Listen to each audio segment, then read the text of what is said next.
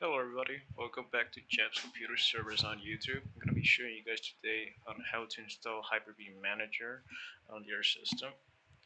So there are two things that you need to know before you start this. First up, your Windows version needs to be Pro or further from that, Pro Enterprise. If it's a Home Edition, you can find that in the About system.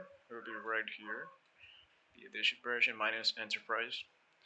If it's a home edition, you're not gonna have the feature available. You need to have Pro or Enterprise. So now that's done.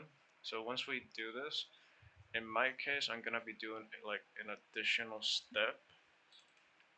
So I'm gonna be doing the Hyper-V Manager on my virtual machine, and I need to have nested visualization turned on.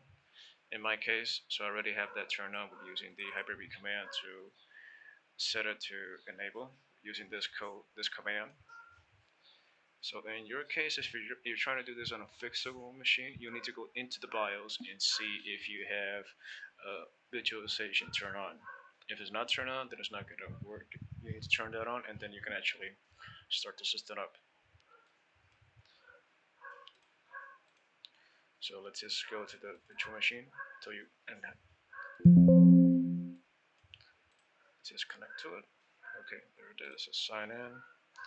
This is my virtual machine. Okay, so we're just gonna go and find it. It's actually a feature, so I have it right here. So just type in features.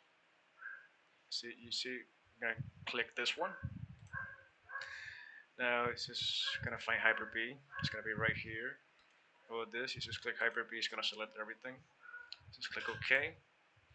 Now it's gonna search for the files. Once it's finished, it's gonna apply the files and download them, and it's gonna ask you to restart the system. Now let's just wait for that to finish. Okay, there it is. Now let's just restart now the system.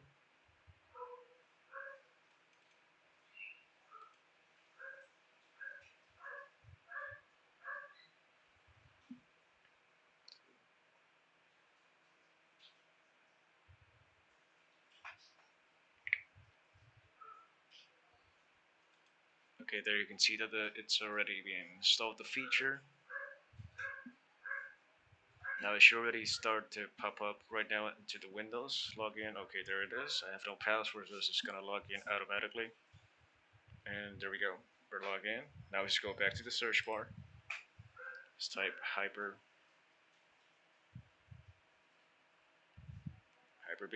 Manager, and there it is. It says put it on the desktop, and there you have it. There's Hyper-V Manager.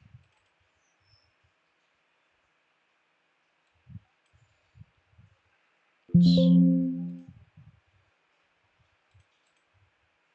Okay, and here we go. This is Hyper-V Manager on the virtual machine. But that's basically it. Everything else is already running. It should already start running immediately because this is actually a server. You can see here on your right, it says to stop the service or remove the server. So you can also from here right click it. You can create something new. You can make even a virtual hard disk if you want to save something for something else and move it to another place. And from here, the settings, your network adapter settings, SAN settings, pretty basic. It's not advanced. It doesn't have advanced features like VMware, or VirtualBox, but it's still a pretty good system to actually make virtual machines. It's very useful. Well, guys, that's actually it. It's a pretty simple process. Hope you guys enjoyed this and be waiting for the next video. Have a good one.